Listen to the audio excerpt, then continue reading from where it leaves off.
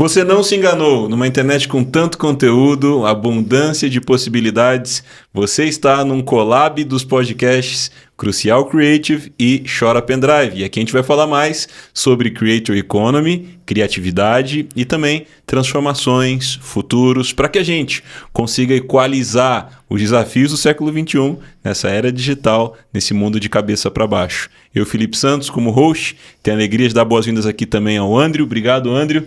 Está nos ajudando, sempre aí agregando e fazendo coisas com excelência, em ótimas conversas também. E hoje nós temos um convidado de peso, extremamente inspirador, alguém que tem feito a diferença no ecossistema a partir do Brasil. Não chegou ontem, já viu muitas ondas de mudanças e tem gerado mudanças com seus projetos também. Ele que recentemente se tornou top voice no LinkedIn. E a gente tem a alegria de dar as boas-vindas ao Christopher Toia. Tudo bem, Toia? Obrigado por estar com a gente, cara. Muito bem-vindo. Como é que estamos aí? Sempre excelente, hein?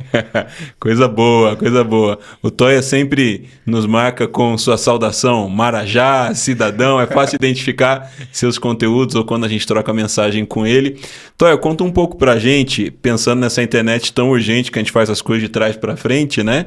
O que você tem feito hoje? O que o Toia tem priorizado às 24 horas do dia para realizar impacto aí na nova economia? Quais têm sido suas atuações e seu escopo? Vamos lá. Então é importante perguntar o que eu tenho feito hoje, porque isso é bastante variável, né? É verdade. Mas especificamente hoje, além, né, da minha atividade com o ecossistema de startups, isso aí é inevitável, né? Eu já estava lá antes de começar a nascerem as coisas, mas hoje eu tenho dado muito foco no assunto de Open Talent e Value Economy, ou economia do valor, muito por conta das mudanças que o mercado traz, né? Tanto em termos de eficiência das empresas, as empresas têm que buscar eficiência, e também tem a questão que é a principal, que é do trabalhador, né? Então o trabalhador não consegue mais sustentar um bom padrão de vida, crescer, principalmente ter alguma estabilidade nos modelos de trabalho tradicionais. Então a gente trouxe aí uma vertente, vamos dizer que é uma Gig Economy 2.0, né? Boa, sensacional. E para isso estar acontecendo hoje, com certeza você tem uma história, né, cara? Sim. Conta pra gente aí os principais bullets da sua história, os pontos de inflexão, né? Que te trouxe até aqui dessa maneira tão voltada para a inovação, essa questão de estar sempre gerando valor, né? A gente, nos seus perfis, vê que você sempre está em movimento, né, cara? E sempre agregando. Como você chegou até aqui nesse momento? Então a gente precisa voltar um pouquinho para os anos 90, né? Não que vai ser uma história longa, né? Eu não fiz. Eu sempre gosto de me apresentar assim, eu tenho a minha carteira de trabalho em branco. Mas por quê? Porque na época eu comecei a programar sozinho em casa, né? 12 anos, eu falei, poxa, que interessante criar software, vou fazer isso. E em 98 eu construí uma plataforma simplesmente porque eu achei que eu deveria, né? Era uma demanda que se tinha na época, eu e os meus amigos, e por algum acidente do destino deu certo. A gente tinha naquela época, né? Acho que a internet devia ter 2.000 pessoas, assim, e a gente tinha 1.000 clientes recorrentes, isso é um absurdo, né? E por algum motivo ainda a gente passou pela bolha da internet, né? Vocês se lembram da bolha da internet e compraram essa plataforma. Então eu fiz o que seria a jornada hoje de um empreendedor startupeiro sem saber o que estava fazendo. E aí eu fiquei naquela situação, caramba, eu já tinha realizado algumas coisas, isso, né? Passaram alguns anos, e eu não tinha outra alternativa senão continuar empreendendo, né? Na época que eu fazia faculdade, os meus amigos estavam indo fazer estágio na IBM, e aí minha tia falou, você fez tudo isso e vai virar telefonista na IBM, né? Suporte técnico. Eu falei, pô, realmente eu não tenho como retornar. Então segui empreendendo. Daí em diante, sempre na área de tecnologia, área de software, eu digo que os anos 2003 até 2015 foram os mais quadrados da minha vida, porque basicamente eu tinha uma consultoria, eu tinha uma fábrica de software, né? Um negócio super tradicional, mas chegando mais próximo lá dos anos 2015, 2016, eu de fato entrei no ecossistema de startups, me chamou muito a atenção, ainda bem embrionário no Brasil. Eu digo que o ecossistema de startups de fato foi implantado no Brasil na sua totalidade em 2018. Antes disso era um negócio meio beta, meio bagunçado, né? E nessa época eu tive a minha primeira experiência em startups. Eu era CTO de uma health tech. Olha. Que falhou miseravelmente. Aí quando falhou, eu pensei, cara, mas tem tudo, tem dinheiro, tem isso, mas foi sensacional. É uma tecnologia fantástica. Depois de 1 ano de desenvolvimento, 13 usuários. Eu falei, caramba, tá pior do que em 98. Né? Tem alguma coisa errada. E quando isso aconteceu, eu busquei me aprimorar em negócios. Eu falei, cara, eu não posso ficar na mão de qualquer CEO. Porque se o cara faz uma besteira, eu sou afetado. Então, eu fui a fundo na área de negócios. Aí que eu comecei a avançar com o CTO as a Service, foi o que marcou aí a minha história recente, até a aposentadoria em 2021. Aí parti para a área de Venture Capital, me interessei bastante por aceleração, etc. E alguns meses atrás, literalmente alguns meses atrás, alguém se interessou por esse modelo as a Service. A gente já tinha isso extremamente bem desenvolvidos, e aí nasceu a EAS, que é Executive as a Service. Foi uma operação que a gente construiu ao vivo em 15 dias. Uau. 15 dias e tracionou. Legal. E a gente até, ao mesmo tempo que a gente criou a empresa, a gente usou isso como uma aula para ensinar para empreendedor como é que se sobe uma empresa. Então a gente fez tudo ao vivo, está lá no LinkedIn, tudo documentado. E esse ano a gente absorveu a EAS, que é a Executive as a Service, na OpenTal, que é de fato a operação ampla, né, que a gente até esperou. A gente fez todo o script que a gente ensina. Primeiro você lança, você valida, comprova que funciona. Se funcionou, vira uma operação. Isso é a OpenTal, que é a minha atividade hoje, né? Dia da gravação. É o que tem ocupado o meu tempo. Que sensacional. Muito bom, bacana, hein? Christopher. E aí entra nesse ponto aí que a gente falou, fazer duas, né, para você seguir. Primeiro, o que é esse tal Marajá que você tanto usa dos usuários e tudo mais. E segundo, fala um pouquinho sobre a questão do que é o Open Talent, né? Talvez o pessoal fale, nossa, é uma novidade, mas talvez é uma forma de relação e mudança de mindset, talvez, dessa relação entre empregador e empregados. E fala um pouquinho pro pessoal sobre isso. Vamos lá. Então, primeiro, o porquê do Marajá, né? Essa questão do Marajá, ela começou quando eu ainda me dedicava muito aos meus programas de aceleração. Na época era a Tech Founder, né? Que foi uma aceleradora, uma edtech que tinha foco principalmente em empreendedor. E eu ficava cansado de ouvir o quê? É muito difícil construir uma empresa de tecnologia no Brasil. O ambiente não funciona. Só que por trás de todas essas alegações havia só uma coisa, que era a incompetência do empreendedor. E a palavra é incompetência. Então, o que acontece? Todo um empreendimento, naturalmente, não é algo simples. Seja no Brasil, seja nos Estados Unidos, seja na Suécia. Você não vai chegar e alguém vai carregar você no colo. Isso não existe. Né? E então eu comecei a adotar esse termo, por quê? Porque minha família é uma família de empreendedores e, obviamente, ela estava nos anos 80, que era, acho que talvez uma das piores épocas para se viver no Brasil, eram os anos 80. Então, se as pessoas ficam tristes com a Selic, o valor que está, né, que nem está grande coisa, imagina você viver num ambiente que era 4.000% ao ano de inflação, remarcação todo dia, overnight, né? Então, quem é daquela época lembra. E, de alguma forma, as pessoas existiam, os negócios, por mais que se arrastassem, a gente não vivia num deserto, a gente não voltou para o escambo. Então, eu usei esse termo principalmente para chamar a atenção das pessoas para o seguinte aspecto, né? Primeiro que empreender, criar uma empresa, não é uma brincadeira. Muita gente faz isso por status, inclusive, que eu acho algo extremamente estúpido. Segundo, se está ruim para você, está ruim para o seu concorrente também. Então, portanto, as condições são as mesmas. Então, eu trouxe isso assim num tom de brincadeira. Não vou chegar e falar, pô, você é um estúpido. Não, isso não seria cordial. Mas para puxar um pouquinho da autorresponsabilidade. Para a pessoa, olha, você não pode simplesmente sair fazendo as coisas de qualquer jeito. E no Brasil se faz muito isso. Você tem empresas de porte razoável sendo geridas de qualquer jeito. E o resultado disso está aparecendo agora. Cai uma atrás da outra, porque é aquela história, quando a maré baixa, você vê quem está nadando pelado. E muitas pessoas estão fazendo isso. Só que agora a maré baixou, então agora de fato você tem que estar aí com a sua roupa de banho em dia. Aí a gente chega na questão do Open Talent. O Open Talent, se eu for definir o que é todo o espectro de trabalhos não exclusivos, o que vai desde o Tião, o cara que conserta o seu chuveiro, ele é um Open Talent, é um cara do bico, né? Até o conselheiro de uma grande empresa, ele também não é exclusivo, né? Só que aí a gente está nos dois extremos. E aí isso inclui o freelancer, isso inclui a gig economy. A gig economy é o termo, vamos dizer, se a gente fosse popularizar, seria a uberização, quando você usa um agenciador que não é o seu empregador. Só que nós, aqui para o momento atual, o que a gente enxerga? Que existe um espaço muito grande para o que nós chamamos de value economy. Né? E onde está a diferença fundamental disso? Seria uma vertente aí mais, vamos dizer, mais valorosa aqui do Open Talent.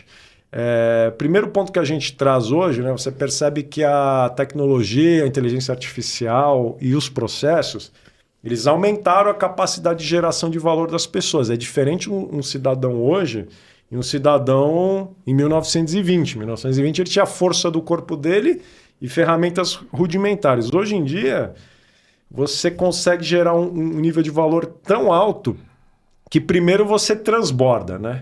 Normalmente você transborda. Isso quando a gente está falando de especialista, né? Porque naturalmente você tem os caras aí que nem na paulada produz, né?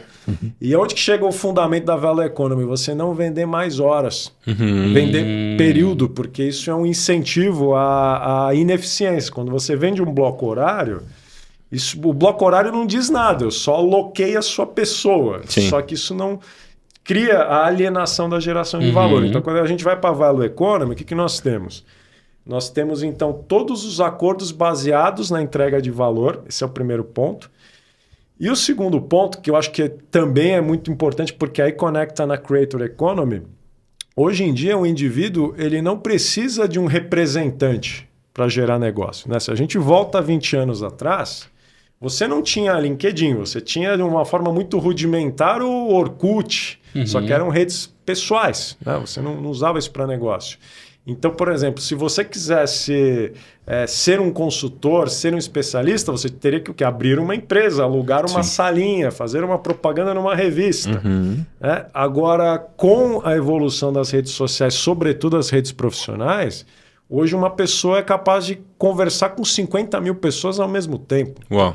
Então, ela não precisa mais desse intermediador. Por outro lado, sozinho ninguém consegue fazer nada. E daí vem a necessidade de fazer parte de uma comunidade de pessoas que pensam e trabalham assim. Então, você imagina o poder que você tem quando você tem uma rede de 100, 500, 1000 profissionais nesse nível que geram negócios para si, para os outros e ainda trabalham em conjunto. Né? Que aí a gente chega, né, quando a gente avança um pouquinho, a gente chega até no que é o conceito de uma DAO que funciona. Né? Isso no final desemboca numa DAO.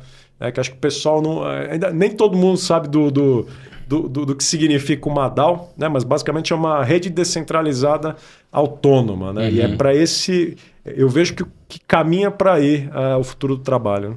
E, Christopher, linkando esse ponto que você falou sobre Open Talent, né? É algo do freelancer, não alocar bloco de horas, mas sim também por projeto, por especialidade que você tem. E aí você falou assim, agora hoje a gente tem uma opção de falar para 50 mil pessoas. Sim. Qual a importância que você vê da Creator Economy vinculada a esses profissionais que entenderam essa relação nova de Open Talent para que eles consigam impulsionar aí suas posições e, claro, sua audiência maior? Quando a gente vai já para a Creator Economy, a gente também tem uma quebra de barreira de paradigma, que é também a ausência do monopólio da comunicação. Então, você não precisa mais depender de uma rádio, de uma emissora de TV, que são concessões públicas, nem de uma revista, de um grande veículo. Basicamente, as pessoas elas têm voz por si só. Né? As plataformas elas são só veículos de entrega. Né? Então, é como se você, por exemplo, a gente pega um YouTube da vida, uma rede social, a gente não pode comparar isso a uma emissora de TV. Seria, acho que, muito mais fácil a gente comparar isso a uma infraestrutura de antenas que distribui. Né? E, logicamente, tudo isso daí custa. E quando a gente vai para a Creator Economy, o que é muito interessante? Passa a ser mais uma das vertentes que uma pessoa pode explorar, não só para gerar renda, mas também para gerar valor para a sociedade. Então, a gente fala que hoje, qual que é o fenômeno que acontece? E esse fenômeno ele é libertador. Ele, de fato, esse sim causa uma revolução. Você traz o poder para a mão do indivíduo. Então o indivíduo passa a ter poder, ele não precisa depender de um terceiro para fazer isso, embora, logicamente, ele dependa de tecnologias, mas são tecnologias transparentes, eles só estão lá para servir, para conduzir o sujeito de A para B. Né? E aí, quando a gente está falando de Open Talent, o que é muito importante? Um especialista, ele não precisa ser remunerado só pela execução do seu trabalho principal. Inclusive, o conceito de trabalho principal, para mim, também é obsoleto. Né? Eu falo, a gente volta 200 anos atrás, é o sapateiro. O sapateiro ele é apenas um sapateiro e será um sapateiro, e provavelmente o filho também. Hoje não, hoje você detém conhecimento e você consegue ajudar as pessoas de várias formas. Por meio do seu trabalho direto, você pode ajudar compartilhando conteúdo no YouTube, etc., inspirando alguém, ou até mesmo a gente tem também a divisão dos Edu Creators, né, que são... Que eu digo que é a pessoa que agora você não precisa mais de uma instituição de ensino para entregar conhecimento, que é um problema, né? A gente sempre falava aqui no Brasil, o professor ele não é bem remunerado. Na verdade, nenhum profissional operacional é bem remunerado. Por mais que seja especialista, por mais que fale, mas o programador tal, dentro do que ele poderia ser remunerado, ele não é bem remunerado.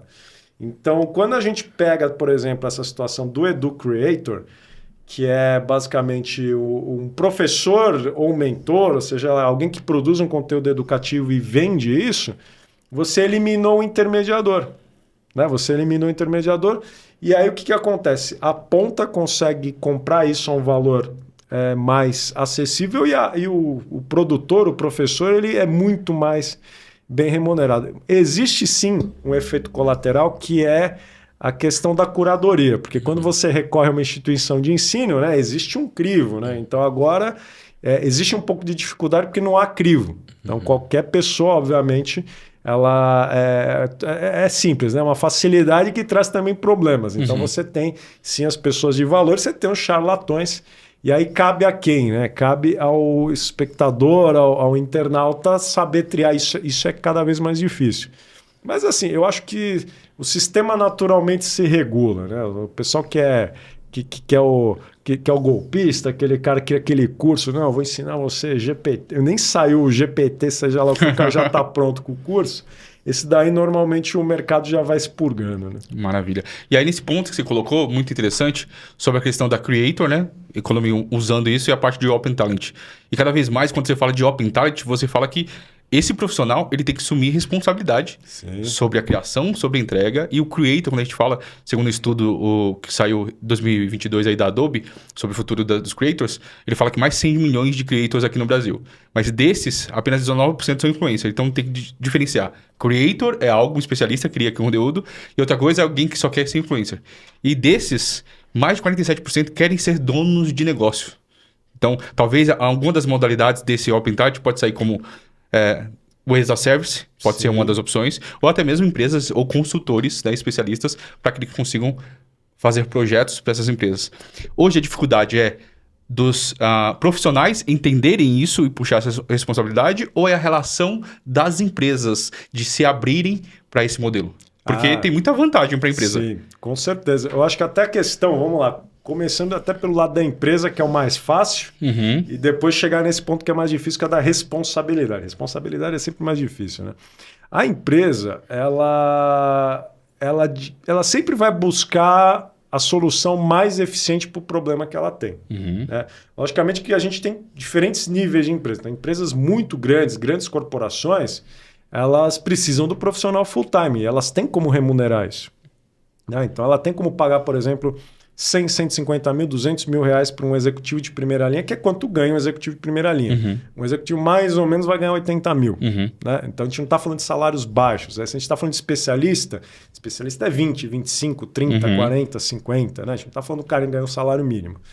Agora, quando a gente vai para a empresa média e a pequena, aí aperta. Não precisa ser média, até uma empresa razoável, porém familiar, que não dispõe, né, vamos dizer, da robustez financeira de um grande grupo, ela não tem condições de pagar 150 mil reais, por exemplo, para um executivo de primeiríssima linha.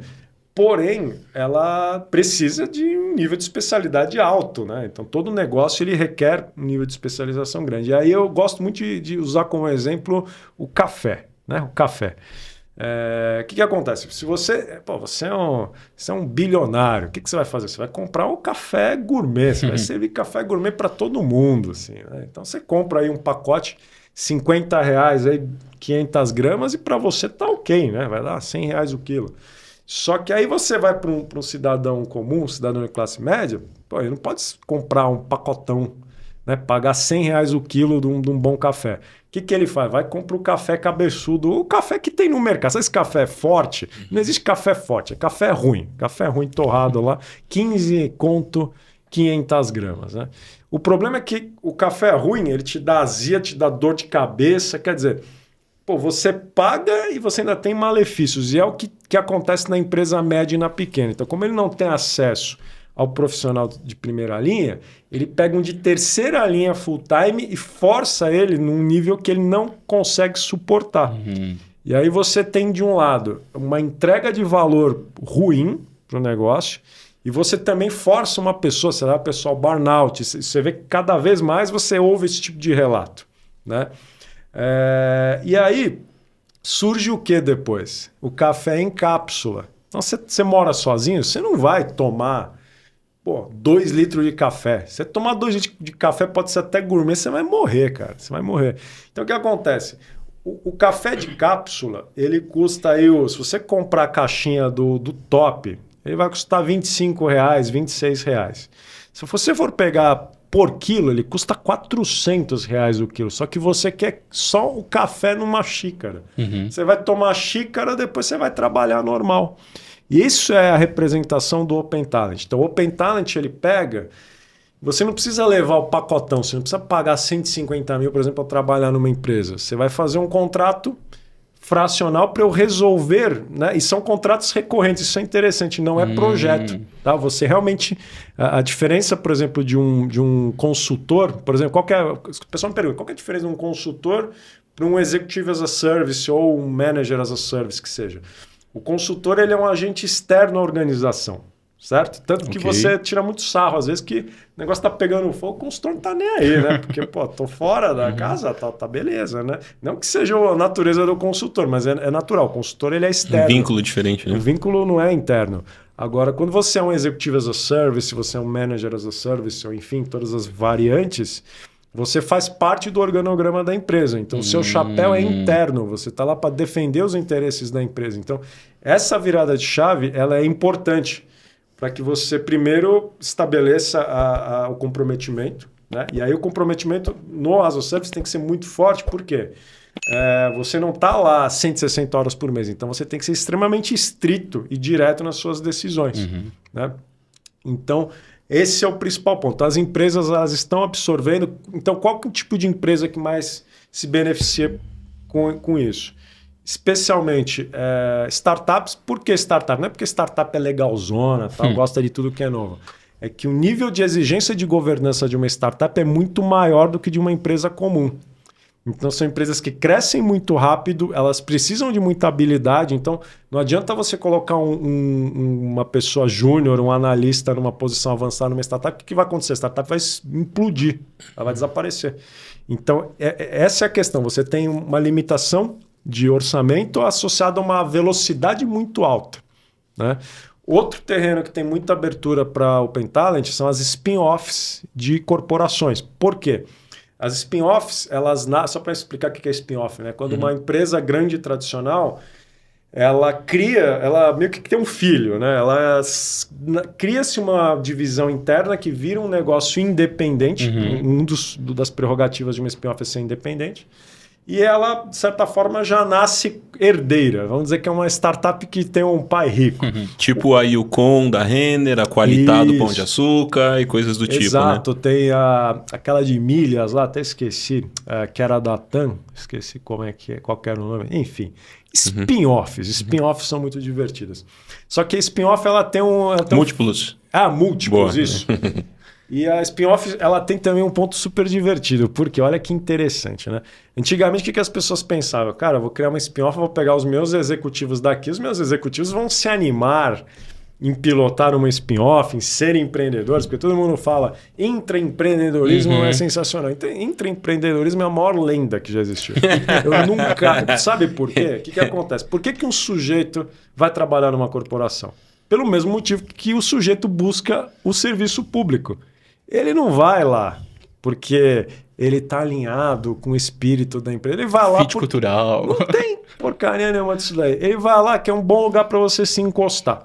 Tá? Só que tem um pouquinho mais de dinamismo do que o serviço público. Mas a pessoa está indo para a corporação buscar estabilidade. Então, se há 20 anos atrás os pais e avós falavam, filho, vá fazer concurso público, a geração aí, né, X, Y para frente, vá trabalhar numa corporação, pelos mesmos motivos que as pessoas trabalhavam no serviço público. Isso gera qual problema? A aversão ao risco. Né? A empresa, eu falo que qual que é a diferença de um serviço público para uma corporação? É o piso. Num serviço público você tem carpete cinza. Né? Então, quando você vai para uma empresa privada, ela já tem um piso de melhor acabamento. É só isso que muda. Não, o resto é tudo igual. Tá? E aí, o que acontece? Quando você cria uma spin-off, ninguém quer tomar o risco de pilotar spin-off. E aí, o que é a conduta hoje mais neste momento hoje, né, uma das mais interessantes? Associado, lógico, à consultoria, etc., você contratar executivos e um time as a service naquele momento, para quê? Para decolar a spin-off. Depois que a spin-off decolou, o que você faz? Você desenvolve as pessoas lá dentro para depois assumir o comando. Né? Então eu digo que diferente de uma spin-off para uma startup, basicamente que ela já nasce tracionada. De resto é igualzinho. Tá? Então você percebe que mesmo a corporação ela se beneficia. Sim. E esse modelo não se sobrepõe ao full-time. Até porque não é todo mundo que... Primeiro, não é todo mundo que pode ser open talent. Então assim, se você é um café normal, não estou dizendo que a pessoa é ruim. Pô, eu olho e você me dá azia. Isso não existe. Mas assim, a pessoa ainda não atingiu o seu nível máximo de entrega de valor. Não adianta tentar embarcar de um open talent, que você vai pegar algo ralo e ainda vai dividir, vai ficar pior ainda. E também não vai eliminar o fato que empresas de grande porte precisam de pessoas full-time. Só que esse tipo de negócio representa a minoria do mercado. A maioria do mercado não é formada por empresas de grande porte. E justamente as empresas menores e médias não avançam, por quê? Por falta de governança, por falta de nível. Né? E aí chegamos no outro ponto, né? Que aí eu falei, Open Talent não é para todo mundo. Então, primeiro tem essa questão de ser especialista. Então, não dá para falar, eu sou júnior, vai dar para... Não. Você é júnior, meu amigo, vai trabalhar numa empresa full-time e vai lá aprender. Receba o seu salário, que não vai ser muito alto, mas lá vai ter alguém especialista e você tem que ficar de olho no especialista. A pior coisa que um júnior pode fazer é ficar lá programando sozinho, fazendo seu trabalho sozinho. Você tem que colar no sujeito que está acima de você. Segundo ponto, mesmo que você seja especialista, você tem que entender o seguinte. Segundo, não tem ninguém na sua frente. Não tem ninguém te representando. Né? E o que isso significa? Significa o seguinte, qual que é o padrão do funcionário? Funcionário prestador de serviço convencional, esse aí do século XIX. Ele terceiriza a responsabilidade pela geração de valor. Ele não está interessado na geração de valor. Significa o quê? Não é que o cara sai de casa, cara, hoje eu vou acabar com o mundo, cara, eu vou desligar o servidor, vou deixar todo mundo desligado. Não. Mas o nível de alienação é tão alto que a pessoa sai, ela não sabe quanto valor ela gera para a empresa, isso ainda é um tabu ainda. Então ela sabe o seguinte, olha, eu vou aportar minhas 8 horas aqui, se isso vai virar algo útil para a humanidade ou não, isso é problema do meu chefe. E o chefe dela pensa a mesma coisa. Aí chega no CEO, aí o CEO, coitado, o CEO também é funcionário, né, geralmente, né, quando você está falando de uma empresa aí. Inclusive existe essa diferença, não existe dono de empresa. Né? Essa coisa mais tosca que existe, é muito século XVI, né? Dono de alguma coisa. Você é acionista da empresa, que eventualmente pode se confundir ou não com uma posição de direção. Mas onde que eu quero chegar? Quando você trabalha numa empresa, então existe o conceito de terceirização. Primeiro, a terceirização da geração de valor. Então, você está entregando um produto bruto e a empresa converte isso em valor. Legal, todo mundo já sabe que isso acontece. Foi para o Open Talent modelo Value Economy, você primeiro precisa ter o entendimento do valor que você gera. Então, quando você chega numa empresa, a minha pergunta que eu faço para as pessoas quando o pessoal vai chegando no OpenTown, eu pergunto assim direto, você serve para quê? Além de poluir, além de gerar trânsito. Aí o cara fala, eu faço isso, faço aquilo. Não é o cargo, isso é importante. Não é o cargo que diz o que você gera de valor. É você. O cargo é simplesmente para falar, estaciona aqui ou estaciona ali. Só serve para isso. Né? E aí, questão de responsabilidade. O que acontece? Normalmente a gente está acostumado também a terceirizar a nossa sorte. O que isso significa? Você pode ver... mas as empresas têm vaga, quer dizer que o seu sucesso depende do terceiro querer ou não você, está errado. Então, a partir do momento que você quer se qualificar aí nesse nível aí de, vamos dizer, de ganho virtualmente infinito, cara, você tem que se apresentar para o mercado ou fazer parte de uma rede que gera valor. Por isso que eu digo, não existe Open Talent Value Economy trabalhando sozinho. É impossível. Né? O cara que trabalha sozinho, ou ele é um top influencer, aí beleza, ele por si só gera todo o tráfego, mas a minoria é isso. Né? Verdade. Ou você está dentro de um grupo e esse grupo se ajuda. É igual quando a gente fala de ecossistema de startup. Você pode ver. Todas as empresas se ajudam, por mais que sejam concorrentes. Tá? Só que é curioso, quando você vai para o âmbito da pessoa física, isso não acontece. Existe o conceito de competição, que é o contrário. Né? Ô, Toé, conta pra gente quais analogias e arquétipos você tem visto no OpenTown, que tipos de profissionais, com qual bagagem, quais são assim, os top 5 cases de gente que você está vendo que deu muito certo, está indo bem, até para as pessoas se identificarem antes de fazer uma movimentação como essa e tendo potencial guardado, né? A primeira leva, né, que foi que a gente validou no ano passado, a gente começou estrategicamente pela camada C-Level. Né? Camada C-Level, basicamente diretoria. Então, a gente trouxe executivos, normalmente esse executivo nessa faixa que num CLT seria um cara de... CLT dá até tremedeira, né? Que num trabalho tradicional, um cara de 80 até 150 mil de salário, né? Então, esse foi o primeiro. Até porque que a gente começou por aí?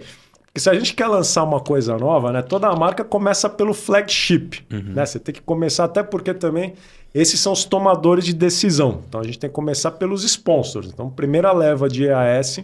foram os sponsors. Então, é membro de conselho. Né? Então, são pessoas que chegam e influenciam. Então, essa foi a primeira leva. E aí, agora que a gente viu que funciona, o que a gente está fazendo? A gente trouxe isso para um espectro mais amplo. O que é o espectro amplo? E que também não é novidade, porque eu já fazia isso há muito tempo atrás. Né? A gente trouxe, então, os executivos, vamos dizer, os executivos mais comuns, que é aquele cara de 30 até 60 mil por mês de salário, né? Camada tática, tá? Camada tática, gerente. Então, o que é gerente? Se a gente for falar de tecnologia, gerente de produto, tech lead, gerente de marketing, gerente de logística, gerente de RH, gerentes diversos. Por que essas duas camadas, eu vou chegar ainda numa terceira, são as mais aptas para Open Talent? Porque elas são escaláveis. Então, por exemplo, você é um executivo. Então, o executivo não está lá para apertar botão, não está para fazer desenho, não está para vender. O executivo está para criar estratégia, definir OKR e acompanhar a camada tática. Então, o executivo ele tem uma escala muito alta. Até na época que eu era CTO as a Service, o pessoal falava, mas como é que você fazia isso? Eu sozinho cuidava de 48 startups. É muito? Não. Se você juntasse todas as 48, daria menos do que um CTO de uma Big Tech que hoje tem de responsabilidade. Importante. Boa comparação. Porque às vezes a pessoa pensa, fica, mas 40, não são 48 empregos, você tem que pensar em cabeça de projeto. Então você pega um montante gerenciado, não era tão como... daria naquela época uns 500 desenvolvedores. Tem startup não pequena, né? Mas tem empresa com 1.000 desenvolvedores. E tem um CTO lá que tá arrancando os cabelos. Mas tá ganhando bem para isso, né? E provavelmente tem equity. Aí quando a gente vai para as outras áreas, né? Falando do que a gente tem na base mesmo, base, principalmente validado. A gente tem muita gente de marketing, CMO. CMO é muito demandado. A gente tem também o CHRO, olha que difícil, que é a diretoria de RH. Né? RH também, porque o RH ele não é simples. Né? RH, principalmente empresa está crescendo, isso é uma dificuldade, porque às vezes uma consultoria não consegue se adequar, um diretor puro e simples é muito pesado, é muita coisa para uma empresa absorver. Tecnologia em geral tem pra caramba. tem o pessoal de receita. Um dos mais demandados aqui são os CROs, né? Que são os diretores de receita. Chief Revenue Officer. Isso, então isso daí tem muita demanda, não tem restrição. Camada tática, mesma coisa. Camada tática, ela é menos escalável do que uma camada estratégica, mas ainda assim, como a pessoa, ela basicamente, os ritos dela são ritos processuais, ela também não tem que ficar fazendo, de fato, executando o trabalho, você consegue uma escala muito alta. Por fim, quando a gente vai para a camada operacional é mais difícil. Onde que está a oportunidade na camada operacional? As pessoas que são especialistas. Então, por exemplo, um designer de nível muito alto, um editor de nível muito alto, um copywriter de nível muito alto. E falando em termos de desenvolvedor, né? A gente tem muito público aí que é de tecnologia. Por exemplo, um cara especialista em determinada linguagem, porque essa pessoa... ela vai resolver problemas muito específicos e muitas vezes ela vai servir o quê? Para desenvolver o resto do time. Um impacto muito positivo do Open Talent nesse modelo é que ele acelera a carreira de quem está na empresa. Tanto que a minha prática, hoje eu atuo como board member, né? E como board member, a minha principal atribuição, né, além da parte estratégica, né, o board está sempre apoiando, é desenvolver o CTO. Né? Então, normalmente, os CTOs brasileiros são extremamente técnicos. Eles não têm ainda a visão de negócio muito bem desenvolvida. Então, quando eu estou lá, qual que é a minha atribuição? Aí já é uma atribuição Open Talent bastante tradicional. Conselho sempre ouve. Né? A gente busca desenvolver esse cara. Então, essa é a cabeça. Né? Não é aquela cabeça de competição. Você está sempre subindo o cara porque o cara também transborda. Né? E aí segue-se esse ciclo, né? Boa, muito legal. E eu vejo em você, Toia, um conceito que muito tem sido falado do give back, give first. Isso me faz pensar, além dos termos que a gente já levantou aqui, importantíssimos. Creator Economy, Open Talent, Value Economy, Executive as a Service, né?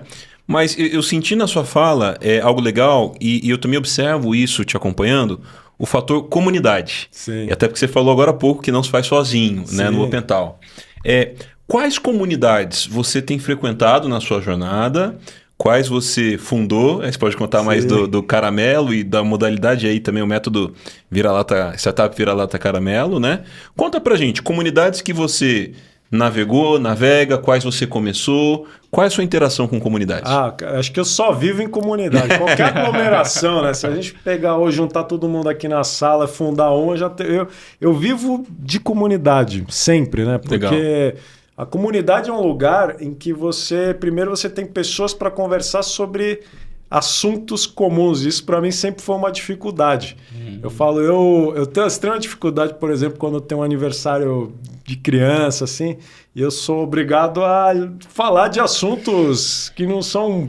assuntos que não são do meu dia a dia, né? Então, todo nerd tem esse problema, né?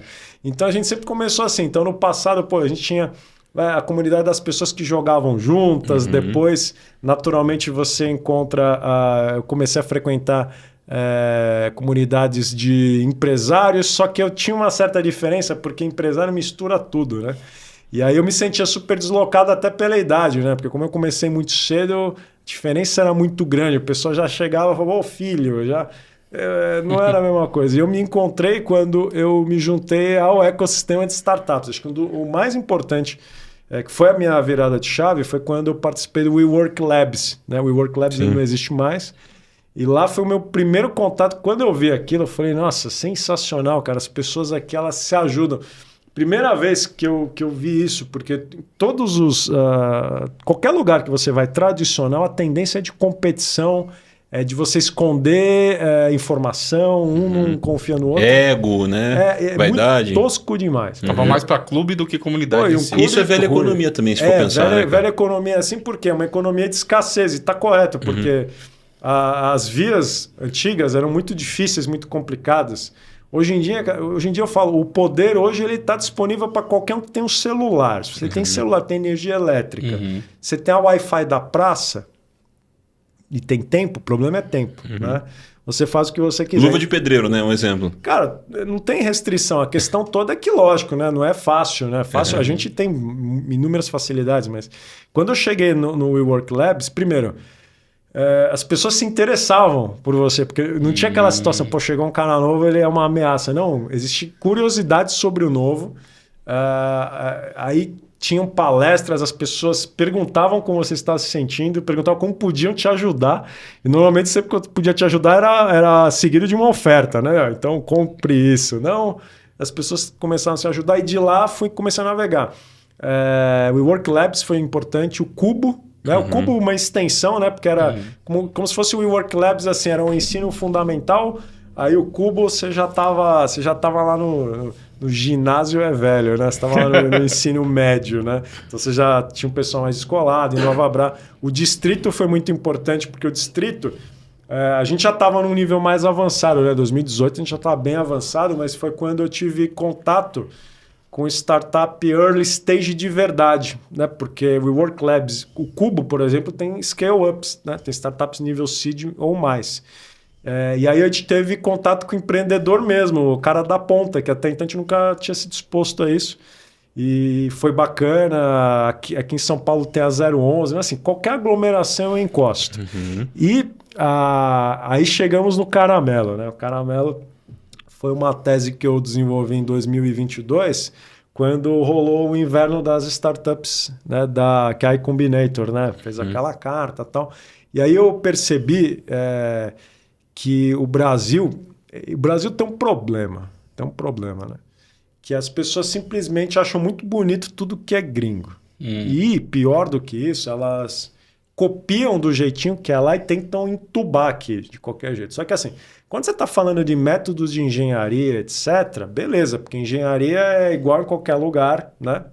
Só que quando você fala de sistema financeiro, o sistema financeiro brasileiro é totalmente diferente.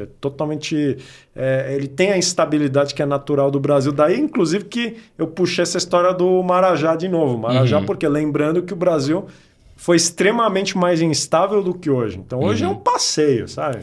Hoje é um passeio. Sabe aquela coisa? O cara tá reclamando dos buracos da Marginal Pinheiros, mas o cara... Tinha gente que passou pela Transamazônica. Lá tinha um pedaço de asfalto no meio de um buraco. Né? Então lá a gente passou por isso. Então, qual que foi a crítica quando eu trouxe o conceito da startup vira-lata caramelo? As pessoas estavam mirando naquela história do unicórnio sem saber o que isso significava em termos financeiros, que na verdade é o único termo que importa. Vamos falar a verdade. O pessoal fica com essa história, que é propósito, etc. Propósito é muito bonito quando você está com a conta cheia. Quando você está devendo, cara, o propósito é sobreviver. Então, eu comecei eu já sentia um pouquinho dessa utopia, essa maluquice, os abraçadores de árvore, os malucos do unicórnio, os especuladores, né? Porque eu falo que até certas facções aí de Venture Capital praticamente podiam ser classificados facilmente como pirâmide. Né? Com certeza, né? E aí eu trouxe esse conceito do quê? Da startup, que é a brasileira mesmo. Ela nasce, ela não tem investimento. Ela tem o quê? O dinheiro do fundador. E ela não pode ficar nessa de 10 anos sem ter lucro. Que no Brasil não funciona. Por quê? Porque você tem o custo de capital. Então, uma coisa assim, custo de capital brasileiro em 10 anos, o custo de capital norte-americano, japonês em 10 anos. É completamente diferente. Então, basicamente, a gente descreveu, olha, nasce sem investimento, traciona por conta própria, pega sim investimento, porque toda startup faz parte da natureza da startup pegar investimento, e ela é liquidada no mercado interno, ela não vai para o IPO, não vai para a Bolsa de Valores. Né? Então essa é a definição. E quando eu criei isso, foi bacana porque os empreendedores se identificaram, eles viram que aquela falácia, e não há outro nome senão falácia para essa vibe do unicórnio, eles viram, cara, isso é verdade. Quer dizer, não é que eu sou... O empreendedor early stage, ele se sentia mal, porque parecia que todo mundo era bilionário menos ele. Sendo que na realidade, não. A realidade, ele é o padrão, e você tem 1 ou 2 bilionários, um monte de golpista e maluco, né? Sim. E a gente falou, cara, não, você tá certo. Você tem sua empresinha aí, fatura 50 mil, 100 mil, tá bom. Só fazer isso aqui você vai avançar. E aí, como isso gerou muita identificação, logicamente o pessoal se juntou, a gente criou um grupo, esse grupo foi crescendo. virou a Caramelo Valley, depois virou Caramelo Livre. Hoje é Caramelo Livre. Vai cada um. Como todo caramelo, né? O caramelo ele não tem dono, porém é de todos, né? Ele é da comunidade. Boa. E quando a gente pensa, Toia, no sentido do ecossistema brasileiro, o que você recomenda para a pessoa, hoje com a sua experiência e o seu olhar, como você poderia encurtar o tempo para alguém que de repente é aspirante empreendedor ou já tem uma jornada validada como executivo, como profissional, nessas transições que tanto são necessárias hoje, como você poderia ajudar a pessoa a poupar tempo em matéria de acesso a conteúdo, acesso à comunidade, eventos, hackathons, startup weekends, onde estudar, enfim, a sua curadoria para uma pessoa hoje que quer fazer mudanças ou começar diferente, poupar tempo. Hoje, a primeira coisa que eu dou de dica para quem nunca empreendeu ou já empreendeu um negócio tradicional, nunca empreendeu em inovação. Não faça curso, não faça nada. Vá para um Startup Weekend. Você vai lá pagar 100, 200 reais. A experiência da Startup Weekend é uma experiência compacta, controlada, mas é a experiência real. Então, essa é a primeira coisa. Você nunca empreendeu. Você é executivo, você é um CLT, vai para o Startup Weekend. Tá? Segunda dica que eu vou dar também, não é porque você ganhou o Startup Weekend que você é obrigado a transformar aquilo em realidade. Tá? Isso aí já é um outro problema. Mas... Não é porque você perdeu também que você é a pior pessoa do mundo. Não, né? Com certeza. Mas o importante é você entrar no Startup Weekend e entender a jornada. Sim. Então, você entender aquela fase de ideias. Inclusive, você tem que ter total...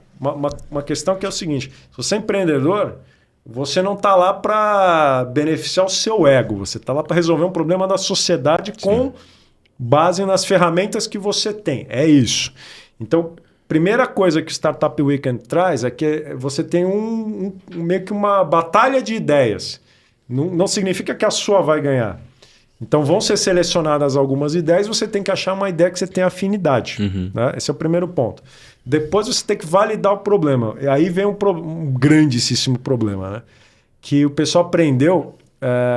achou que inovação é inventar moda, é ser um professor Pardal. Não. O professor Pardal é só um personagem.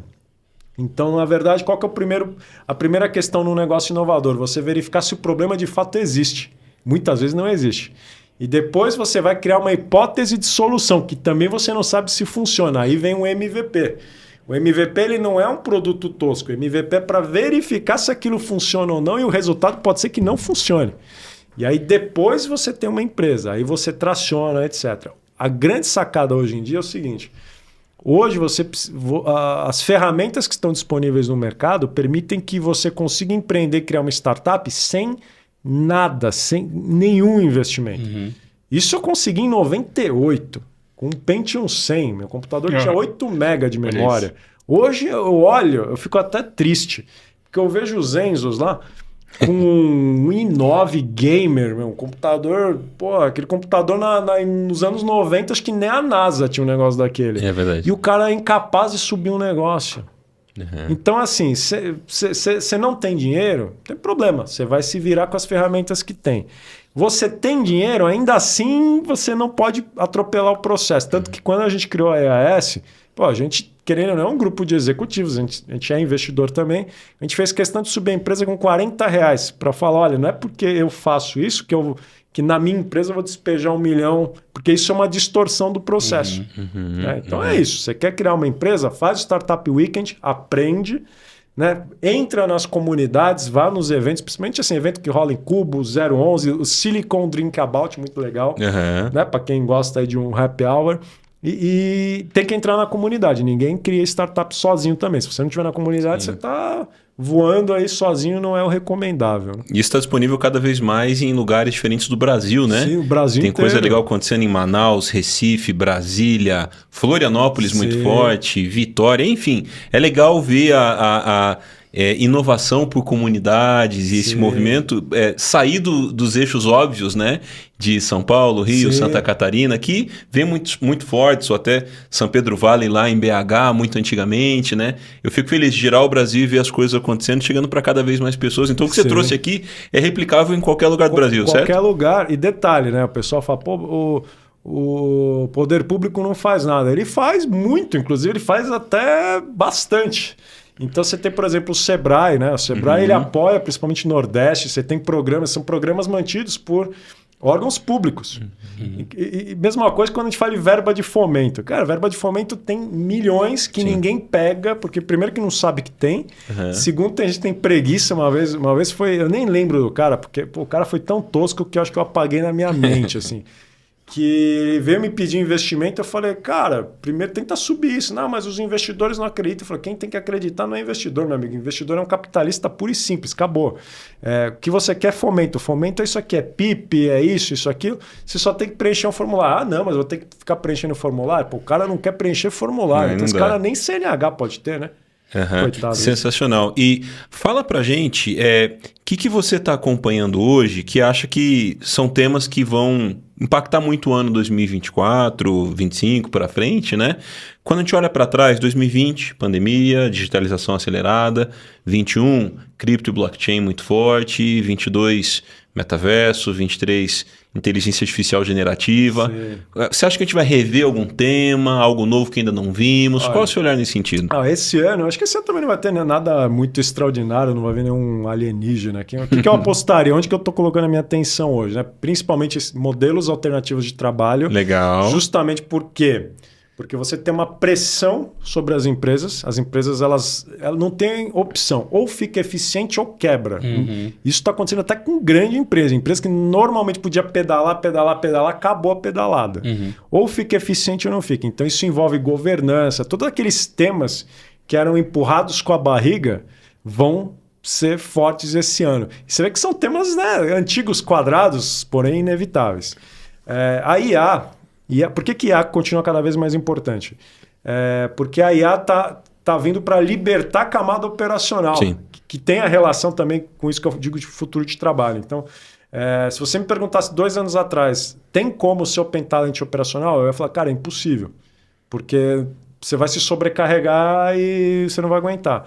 Hoje em dia não, hoje em dia a IA vai libertar. Então, por exemplo, os programadores não estão desesperados. O programador é um cara sempre muito confiante. Mas ele fica meio assim, pô, IA vai me tomar tempo? Não, cara.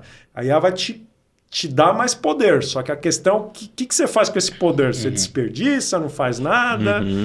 E aí vem um problema, e esse problema é responsabilidade do profissional. Quando você tem um aumento de capacidade de produção, isso pode resultar em 2 coisas. Transbordo e aumento de valor para o profissional, ou precarização. E a decisão vai ser tomada por você esse ano. Se vai precarizar ou não, o trabalhador está com essa chave. Não é o chefe, não é o governo, nem muito menos eu. E pensando assim, bom, IA com certeza, né, por essa questão aí de transbordo, a gente tem, né? A blockchain vai deixar de ser coisa de maluco. Né? Porque também blockchain, cara, é uma tecnologia, né? E aí você tem as divisões sérias, né? Tem muitos amigos nossos aí que são muito inseridos, mas também é terreno para maluco. Né? O pessoal gosta de usar tecnologias para inventar moda, né? E além desse advento do Drex, o crescimento dos smart contracts, dentro do Open Talent mesmo, essa questão de consolidação das DAOs. Só que eu digo o seguinte, DAO que são as organizações descentralizadas autônomas, por que muitas DAOs falharam? Falharam porque começaram pela tecnologia. Na verdade, a DAO começa pela comunidade. Sim. E depois, quando ela vai para a tecnologia, ela serve para quê? Para escalar os acordos. É só isso. Então, as pessoas, como sempre, o humano, desde que é humano, começa pelo lado errado. É interessante você ter falado isso, porque realmente as DAOs começaram como tecnologia em blockchain, de repente pretexto, fundamento ou até hype financeiro, com ar de pirâmide em alguns casos, para depois encontrar adesão de gente. Mas o que você falou é fantástico. Quando você já tem uma comunidade que aderiu, a DAO vai se tornar uma ferramenta, um instrumento para viabilizar as relações da comunidade que já existe. Certo? E aí você meio que vacina de hypes, de day trades da vida, para realmente atender quem já precisa e já está dentro fazendo a diferença, né? Isso, exatamente. E até quando a gente fala de DAO, por que a DAO é tão importante tanto no contexto da Creator Economy quanto do Open Talent em geral? Por quê? Você percebe que as pessoas elas viraram empreendimentos. Só que quando elas viram empreendimentos, elas precisam ter o quê? Motores burocráticos. Só que como é que a gente faz um motor burocrático para uma pessoa? Quando você tem uma empresa, você pode ter, por exemplo, um BPO, que é a terceirização administrativa de uma pessoa. Isso. Como é que de uma empresa, aliás. Ou um setor administrativo. Agora, por exemplo, é inviável, por mais que você fature 2, 3 milhões ano, você tem um departamento administrativo seu. Aí você fazer a sua própria administração também não é algo... Hoje é o que acontece. Cada um cuida do seu se estiver cuidando. Né? Porque normalmente o pessoal vacila na parte burocrática, contratual, etc. Então, quando a gente pega uma DAO com os smart contracts, o que você faz? Você transporta a burocracia para dentro da máquina. Os acordos são firmados na máquina e são transacionados na máquina. Então, isso faz o quê? Faz com que as pessoas não precisem contar, por exemplo, com um BPO humano, não tem jeito. E assim, por mais que não seja caro, mas é difícil, por exemplo, você chegar a pagar 3 mil reais por mês para um BPO para você. Né? Pesa, né? Dependendo do volume, né? Do volume da maioria. Né? Quando a gente fala de pessoal mais avançado, isso não é um problema, mas vamos pegar a curva A da galera, não segura isso daí. Então, existe um problema que vai aumentar nos próximos anos, que é a falta de capacidade de gestão própria, que, como a pessoa ela é, vamos dizer, autônoma, isso vai gerar problema com receita, vai gerar problemas dos mais diversos possíveis. Né? Boa. Recomendações? Boa. Antes das recomendações, finalizando, Christopher, nesse ponto que você já está levantando essa bola de Open Talent, né, dessa parte de Value Economy, quão foi importante para você se tornar um creator, né? Porque indo para esse lado aí que você falou, e um edo creator, né? Porque você tem que elevar cada vez mais a consciência das pessoas de entenderem que eles podem, nessas duas camadas que você falou, parar de oferecer blocos de horas e ser mais estratégicos, entregar mais para ter uma escalabilidade maior no conhecimento que ele tem. Quando que deu aquele insight, eu preciso estar nessas redes e usar isso? Foi em 2022.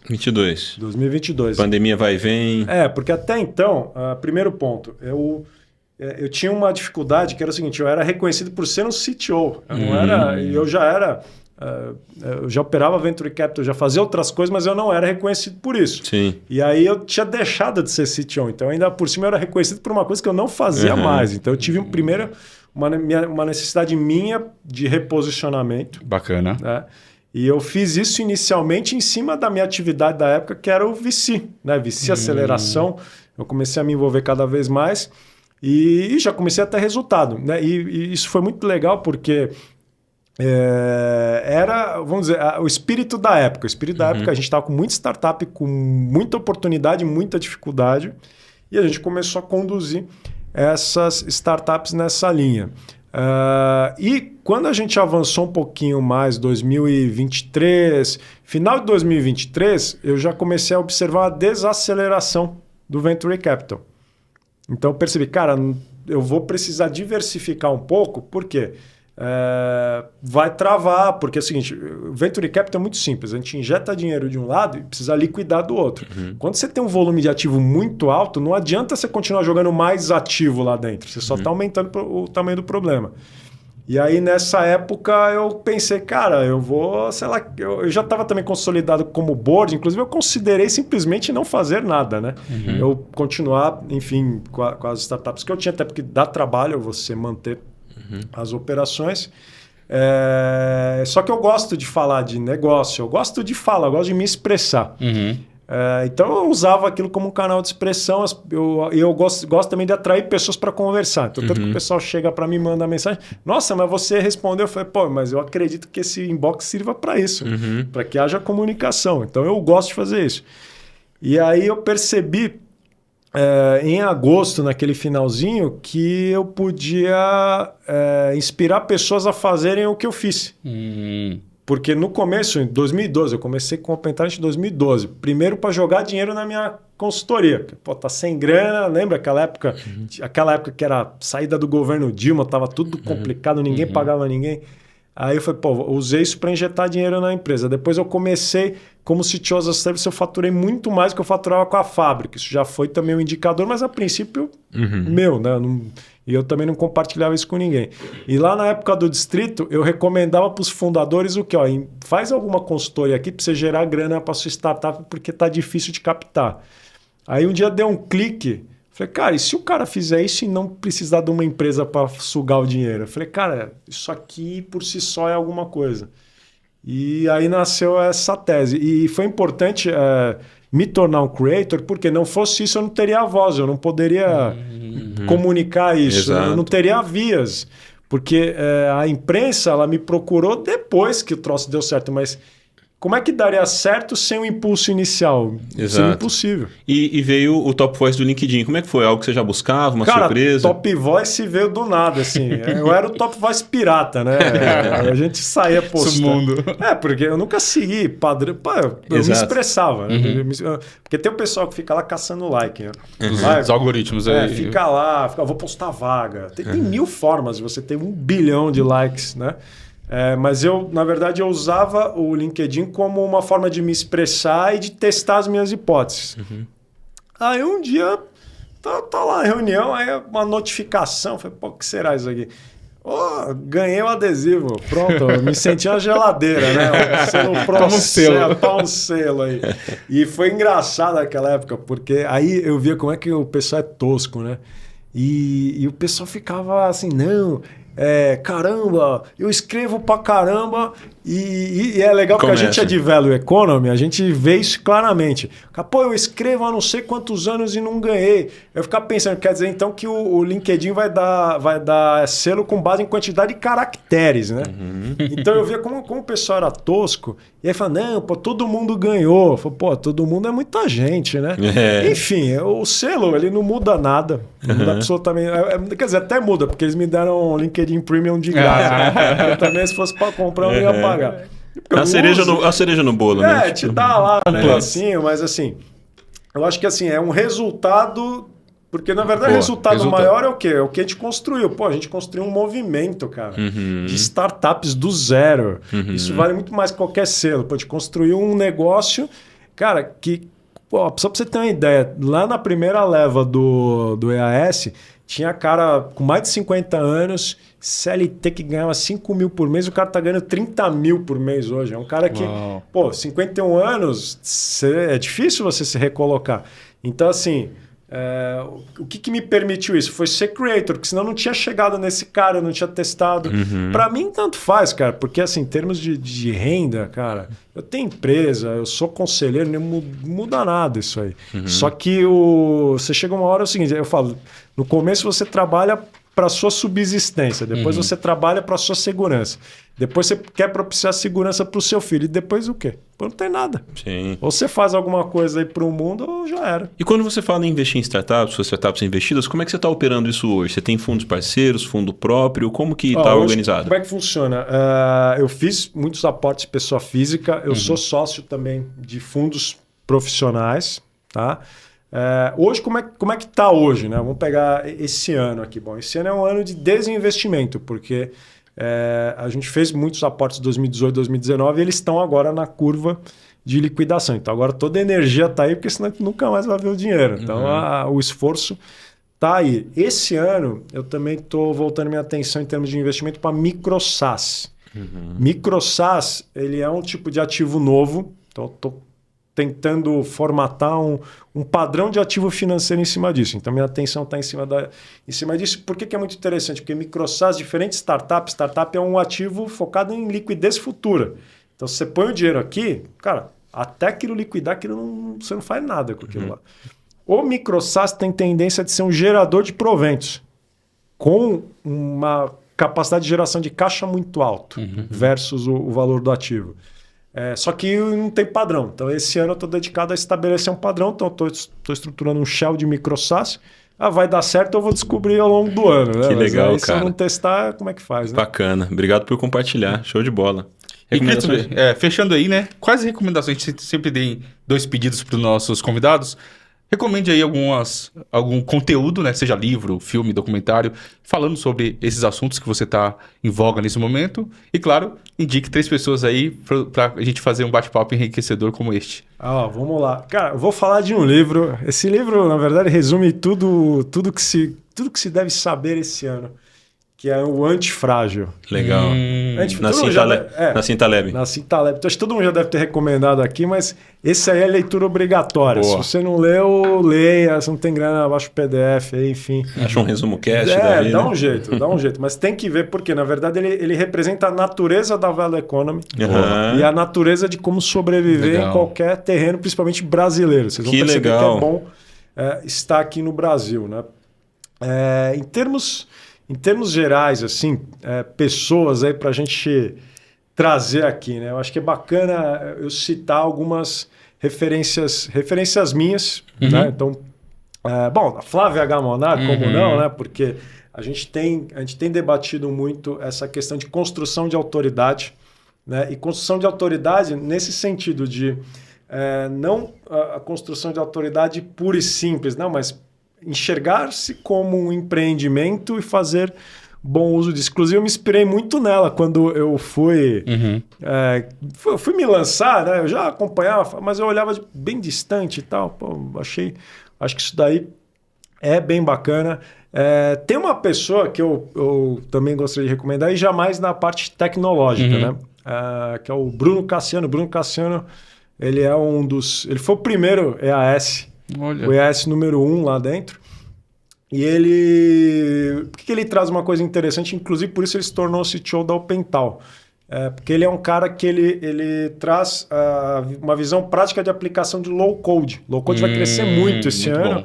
E micro-SaaS usa-se muito low-code, startup usa bastante. Então é importante te trazer esse ponto, porque esse ano não é ano para sair gastando loucamente com tecnologia, né? Então acho que são duas pessoas interessantes aí para se trazer, né? Que bacana. Sensacional. Até porque com a IA escalando desse jeito, as soluções no-code e low-code vão ficando cada vez mais de balcão para a gente prototipar, né? Cara, e hoje em dia, sabe o que eu falo? Antigamente você precisava de um super arquiteto. Hoje em dia é o seguinte, se você pegar um cara de UX, legalzinho, esse cara entender estrutura de dados, que não é difícil, esse cara, pronto, ele desenvolve. Que legal, vai juntando blocos, né? E aí você não tem o problema do efeito Land Rover, né? Você cria um troço, depois você não consegue manter, aí ele quebra de um jeito irreversível.